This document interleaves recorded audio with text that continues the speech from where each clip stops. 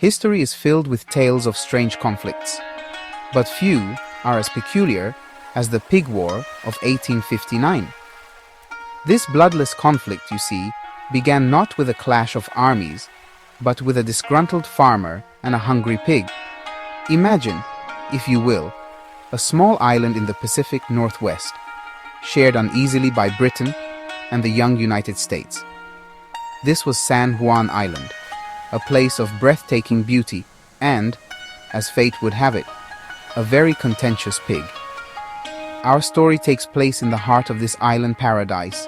It's a tale of escalating tensions, diplomatic tightropes, and the ever-present threat of war, all sparked by a seemingly insignificant event. But before we delve into the pig's unfortunate demise, we must understand the lay of the land, both geographically and politically. San Juan Island, despite its size, was strategically important to both the British and the Americans. The 1846 Oregon Treaty, meant to settle the boundary between the two nations, had left the island's ownership ambiguous. Both countries claimed it, and both had settlers arriving, hoping to stake their claim in this new frontier. Among them was Lyman Cutler, an American farmer, who in 1859 had the unfortunate luck of owning a potato patch that was particularly appealing to a large black pig. This pig, it turns out, belonged to Charles Griffin, an employee of the Hudson's Bay Company, which was British. Griffin's pig had a penchant for escaping and making a meal of Cutler's potatoes. Now, imagine the frustration of a farmer who has to constantly chase away a neighbor's pig. It was an annoyance that tested the limits of neighborly patience, and in this case, it would soon test the limits of international diplomacy. On June 15, 1859, the pig once again found itself in Cutler's potato patch, gorging on the unsuspecting tubers. This time, however, Cutler had enough.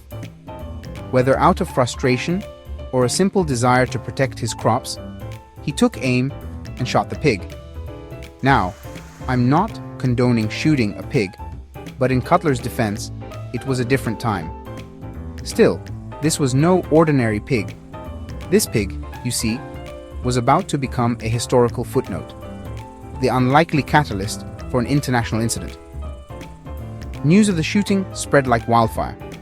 Griffin was furious, demanding compensation for his pig. Cutler, feeling he was in the right, refused to pay the full amount. The local authorities got involved, and soon, what began as a simple dispute between two neighbors escalated into a diplomatic standoff between two world powers. Both sides sent military reinforcements to San Juan Island. The British dispatched warships under the command of Captain Geoffrey Hornby, while the United States, not to be outdone, deployed troops, led by the young and ambitious Captain George Pickett, who would later gain fame, or infamy, at the Battle of Gettysburg. For a while, it seemed like war was inevitable. Both sides stood their ground, refusing to back down. However, cooler heads prevailed.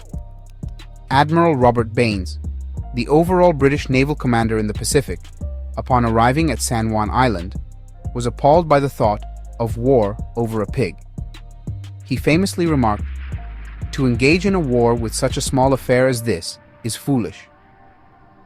Baines, much to the chagrin of some of his more hawkish officers, chose a path of diplomacy. Over the next few months, negotiations took place. Both sides agreed to a joint military occupation of the island, while diplomats worked tirelessly to find a peaceful solution. Finally, in 1872, after years of stalemate, the matter was settled through international arbitration.